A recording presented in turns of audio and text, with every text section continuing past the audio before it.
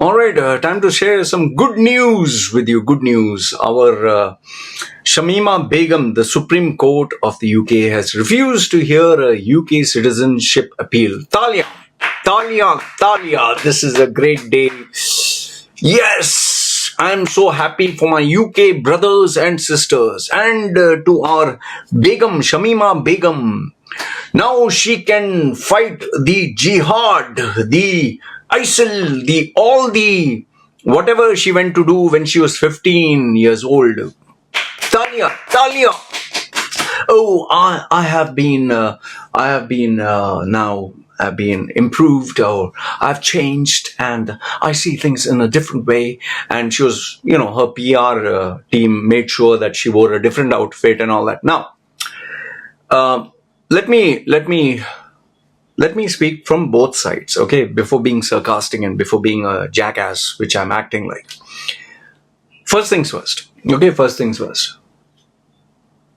When you and me, when we were young, at the age of 15, did we do stupid things in our lives? 100%. All of us, when we are young, we did a lot of stupid things. Can you see? We did a lot of stupid things, okay? If I look back on my life, when I was, she left at 15. When I look back when I was 15, I was like, oh, how did I even do that? Oh, what was a girl I dated? It was unbearable. It's so embarrassing. 15, 20, 25, 30, we all have done things which we were very embarrassed. Okay? And do people deserve a second chance? Yes, 100%. We all deserve a second chance. So now the question begets, shouldn't Shamima Begum be given a second chance? I mean, after all, she did it when she was 15. Now, I'll give you my thoughts. You tell me where I'm wrong. There are some things which we can permit and can forgive. And there are some things which become very hard to give a second chance. For example, let's say someone is 10 years old or 15 years old, and he or she ends up killing a couple of people or killing children. Okay? Or something horrific to small children, something horrific, sexual or whatever. Would you feel comfortable giving that individual a second chance? Oh, that person was only 15 years old.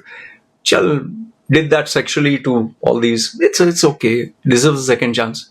Don't you think it's possible that that person can do it again? It is in their DNA. Don't you think so? See, remember this much. To do something extreme, you need to have it in your DNA or you cannot. And this girl followed a religious... I would not say Islam in its entirety is an extremist religion, but they do have certain verses, they do have certain passages, they do have certain parables which can be taken out of context.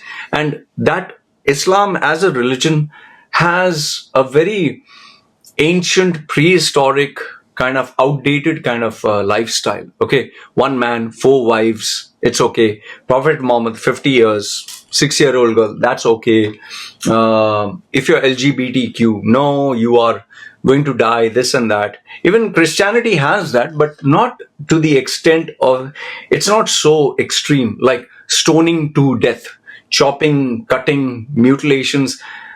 That is not part of most of these other religions. Like even Christianity did have, which is followed in parts of Africa where genital mutilation is still being practiced. Okay, so I'm not discounting Christianity.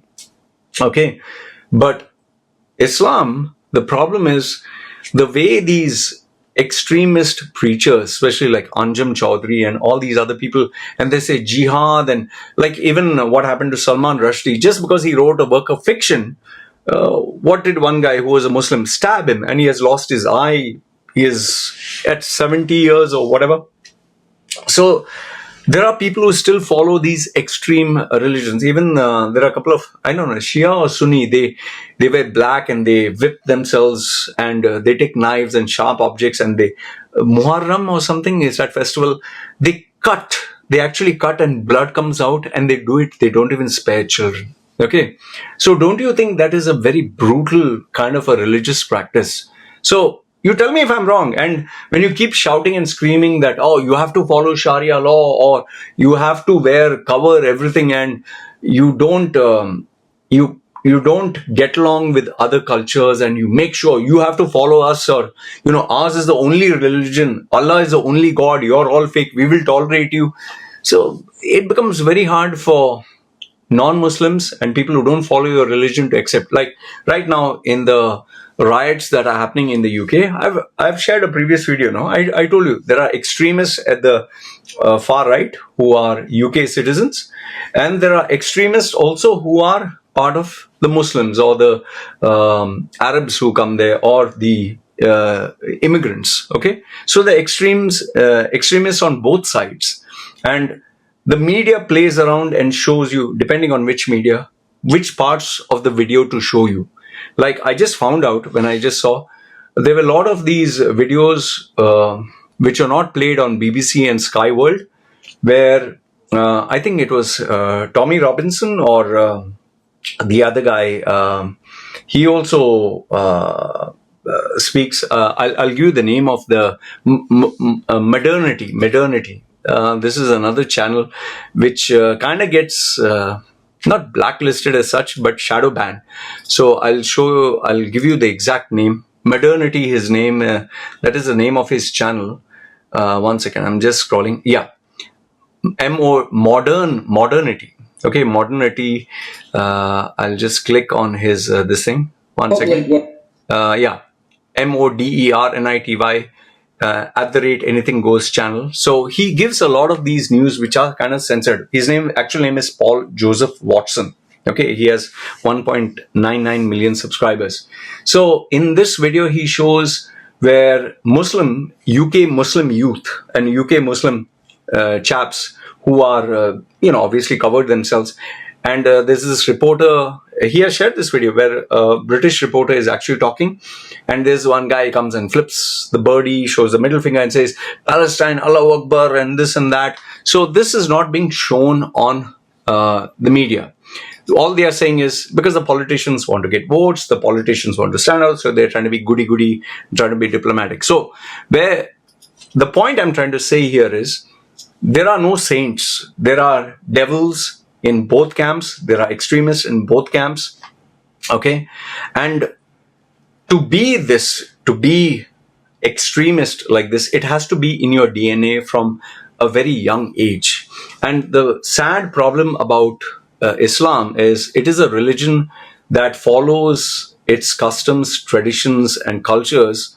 Depending on who's teaching you, you will either take it literally to heart, or you will just be one of the casual individuals. And sadly, the ones who definitely get all the publicity and all the influence, who are able to influence others, are the ones who are extreme. So in her case, imagine at the age of 15, she had the guts, the guts to leave home, okay, without telling her parents. I mean, that clearly shows that it is in her DNA to do things which nobody would dare. Would you dare at the age of 15 to just leave home and join an extremist organization? And she herself has admitted that she saw heads of people and she kicked in and put them in the bins and all that. So she has openly admitted, and she, even in her interviews, which now they are, I don't know if you can get it, where she is censored, where she has stated that, no, I don't feel sorry about it, or those who don't follow Islam, or something like that.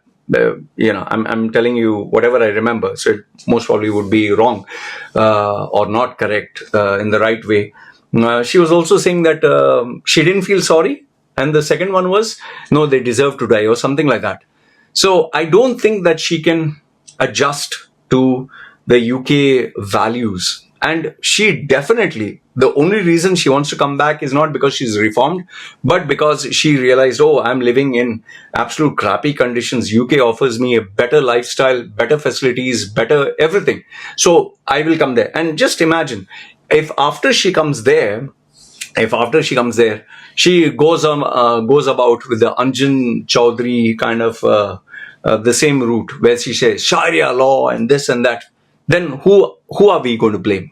Okay, keep this in mind, that when these individuals, they want your support, they will manipulate and they play around. And these jobless idiots who say, oh, we need to have human rights and all that. This is not an individual who has a normal brain or a normal DNA inside her.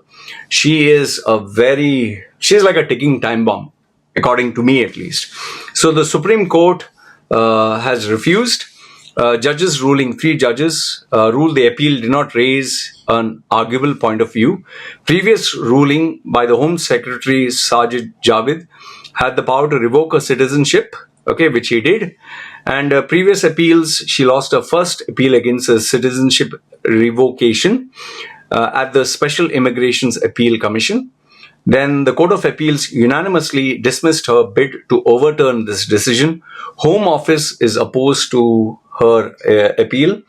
Then they also argued that Begum should be prosecuted in the UK if she commits crimes, criticizing the political motives.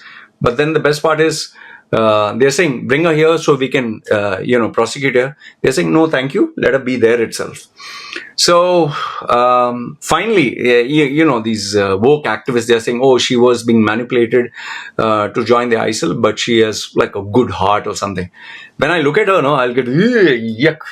Like some people, when they look at my face, they get yuck. The same way, when I hear her talk, I'll tell you, just I get goosebumps. She sounds like a very demented individual. Let her be there. Let her be in ISIL, where her dream was. She'll be close to Allah. She'll be close to ISIL. She'll be close to all the extremists. Let her be there. Let her grow her babies and live her life. And let her remember that once upon a time I was in the UK and now I'm okay, whatever. And anyone, in fact, I seriously believe this. Any person from UK, Canada, Australia, anyone who supports such extreme organizations or extremist or such murderous individuals, they should get their citizenship revoked and be deported there. Like Anjum Chaudhary. Best, let him get deported there. Revoke their citizenship.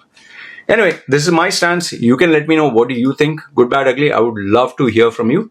And feel free to tell me, oh, you're wrong. You don't understand. Islam is a religion of peace. I didn't say Islam is not a religion of peace. All I'm telling you is that there are a lot of teachings which have double meaning and which can be taken out of context. And Islam is one such religion that believes only we are true, only Allah is real, only our Prophet is the best. No other religion, no other gods. It's all fake. We are the chosen one. So you can tell me if I'm wrong on this. And when you're not flexible in that way and you can get brainwashed by the imams, well, what can you do? So anyway, let me know your thoughts in the comments below. Love to hear from you. This is me signing off. Take care.